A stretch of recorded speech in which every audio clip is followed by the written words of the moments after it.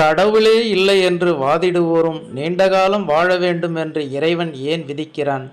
தங்கள் கொள்கைகள் தங்கள் கண்முன்னாலேயே தோல்வியடைவதைக் கண்டு சாக வேண்டும் என்றுதான். உண்மையான பக்தி உள்ள சிலருக்கு ஆண்டவன் ஏன் நீண்ட ஆயுளை தருகிறான்? தாங்கள் பக்தி செலுத்தியது நியாயமே என்று அவர்களும் அவர்களை பார்த்து பிறரும் உணர்வதற்காகத்தான். இறைவன் விதியை ஒரு வேடிக்கை கருவியாக வைத்திருக்கிறான். சக்தியும் சிவனும் பூமியில் பல வேடங்களில் பிறந்ததாக இந்து கதைகள் கூறுவது இறைவன் தானும் விதிக்கு ஆட்பட்டு அதன் சுவையை அனுபவிக்கிறான் என்பதை காட்டுவதற்காகத்தான்.